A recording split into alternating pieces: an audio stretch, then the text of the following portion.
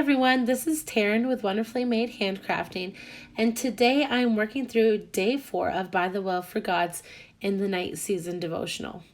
Here I am taking a stencil that By the Well gave out to the first 300 orders for their kit, and it is such a cool little cloud stencil. So I'm just making clouds with a makeup brush and some Distress Oxide. I want this to be a night scene without it being too dark. So I'm definitely trying to keep everything kind of on the lighter side. I'm grabbing a couple of older stamp sets. One is the Love Your Neighbor 1 stamp set.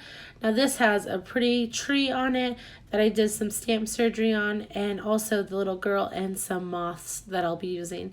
And I also grabbed the Winter Piece, which is that Fox stamp set from December. It has a really cool tree in it too. That is the one all the way to the left-hand side. I'm doing something a little different today. I usually do a scrapbooking style page or just making layers and clusters, but today I am making a scene, and I used to do this a lot when I first started Bible journaling, and so it's kind of fun to come back to your roots and try those things over again. Here in North Carolina, spring is just about ready to start. I love this time of year because you have like 60 and 70 degrees, but then sometimes it gets cold again. So I am just making my last kind of snow scene because I couldn't handle not using this girl from the stamp set, the Love Your Neighbor. She is just so cute, and so I decided I really needed to do that. And she's wearing kind of wintry clothes, so I decided to keep on with the winter theme. So what I'm doing with this girl and these moths is stamping them out with VersaFine ink on watercolor paper, and I'm using clear embossing powder to give them a nice shine and gloss. I'll emboss these and then I will work on fussy cutting them in a little bit. Now I really want to use that bonus stamp, the Hope Moon, but I just didn't know how I was going to use that hope word on the page. So I end up taking these clear sticker moons from By the Well in the kit, and I am going to put them on paper and fussy cut them out because I'm not sure which one I want to use yet. And this will allow me to look at different placements without making a commitment. And you also won't see those clouds behind the moon since I already put those down. I am journaling from Psalms 139:10, which says, "Even there your hand shall lead me, your right hand shall hold me." And so I really wanted to make my title for this page just simply "Even There," because I want to remember that no matter where I am, God is with me. To put that title down, I am using the True North lower stamp set, and I am using the same Versamark ink, and then I'm also going to be embossing these. Now up here, I am going to make a little mistake. I decided to take from the True North upper stamp set the semicolon, and I'm going to cut that in half to make a ...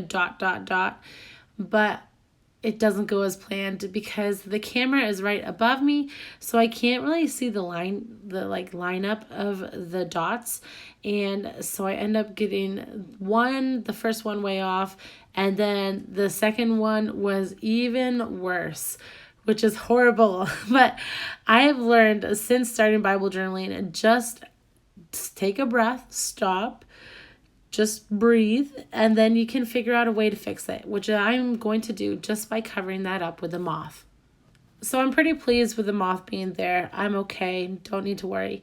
And I'm going to take these Distress spray stains, and I'm going to use these to color in these little ephemera pieces that I've created. I usually use Distress Oxides to watercolor, but I've noticed that the spray stains are much cleaner and clearer because they're not going to cover anything out. They're not opaque at all. You can see right through them, which is really helpful. So I'm hoping to invest in a couple more of these spray stains.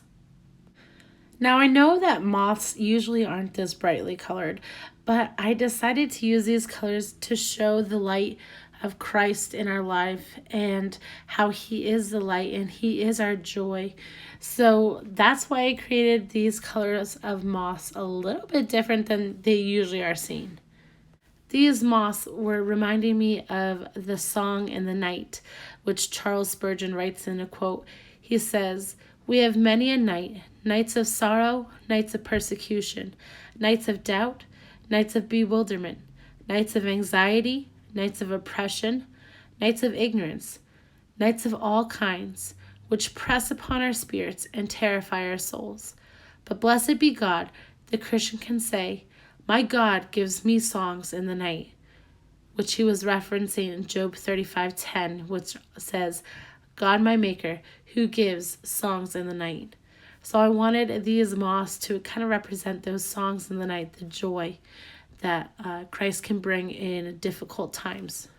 If you've never really read about Charles Spurgeon and the depression and anxiety and health concerns that him and his wife both went through, I'd really encourage you to do so, because you see a man who is devoted to Christ and is still struggling with anxiety and depression, and it is just encouraging to see how he works through that in his life. To go back to the crafty side of this page, I picked up 2 brown Neocolor 2s that I had, and I am using both of them to give me a little bit more dimension in the trees. Now I decided to leave that tree in the back just plain white, like it has snow on it. I'm not really sure why I ended up using this tree. I mean, it looks cute and it adds some depth to the page, but obviously it's not like a winter tree. But it's okay because the snow and glitter will make it look perfect. I feel like the page is lacking some color, and I also want to bring in a stamp set from the stamp set that comes with the kit in the night season, because I wanted to make sure I remembered that this was from that kit, and also it really goes along with my title, Even There in the Night Season. So I'll end up taking one of the pink labels and stamping that title on there. Now, it didn't stamp perfectly, but I'll show you. I ended up stamping it twice, which is always really scary for me because I'm really not that good at it. That's why I love a stamp positioning tool. But it still didn't stamp great, so I'm just going to take a micron pen and use that to fill in the little blanks in that stamp. When I make a mistake stamping, my micron pen is always my go-to to fix it. I find that the micron pen ink and also the VersaFine ink from the stamp pad match really well, the 2 blacks, and I can use the micron pen in different ways. I can use it just like I'm writing, or I can use them in little pixelated dots to create a pattern like the stamp has. Now you know I can hardly make a page without any fabric, so I grabbed this fabric from one of the fabric clippies, and I'm using my tiny attacher just to make those folds because I don't want to break out my sewing machine. I'll be using my foam tape from scrapbook.com to add to the back of all these little ephemera pieces I've created because I really want some dimension to this page. When I use foam tape on the back side of ephemera, I try to cover up as much as possible because obviously the Illustrating Bible pages are fairly heavy. And so when you close the Bible, I don't want it to create any dips or divots in those ephemera pieces. So the most I can cover on the back with foam tape, the better. Now to create some snow on the bottom, I'm going to be using the same technique I used back in December with my Advent tag ring. So I'm taking some Distress grit paste, and this stuff dries really fast, so you have to work in sections. So I'm laying down a little bit of the Distress grit paste and then taking some Distress glitter in the clear rock candy and laying that down on top while it's still wet. Now, this stuff, unfortunately, you can't really tell the texture and the glitter in the video or in the pictures. It's more of like an in-person kind of glitter and texture, but it is so pretty and so fun to use as snow. Another benefit of having these little ephemera pieces on foam is that I can kind of use that palette knife underneath, so I don't have to have a space between the ephemera and the snow. I can just kind of sneak that texture paste or the grit paste underneath the ephemera pieces. Now I also decided to continue that technique on this back tree to create a snowy effect on that. Now I really feel like there is something missing between the horizon and the clouds, and I can't really tell you what I want on there.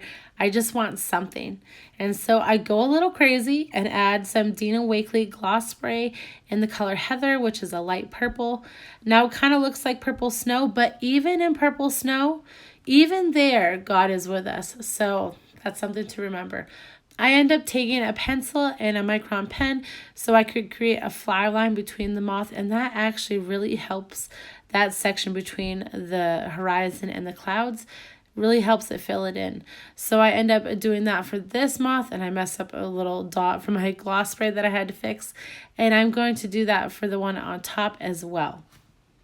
Now, as I'm doing the fly line for the one on top, I realized I really wish there was 3 moths, and that is why I always create more than I need. So I take that one that I created before. I had already embossed it with the clear embossing powder, and so all I had to do was get some spray stains out again, and I'm just going to create a simple one and cut it out and put it to the other side. After I add that one to the page is done. If you've enjoyed watching this video, please like and subscribe to my channel. You can also go ahead and follow me over on Instagram at Wonderfully Made Handcrafting. And I would love to hear from you guys in the comments about what you are most looking forward to with spring coming.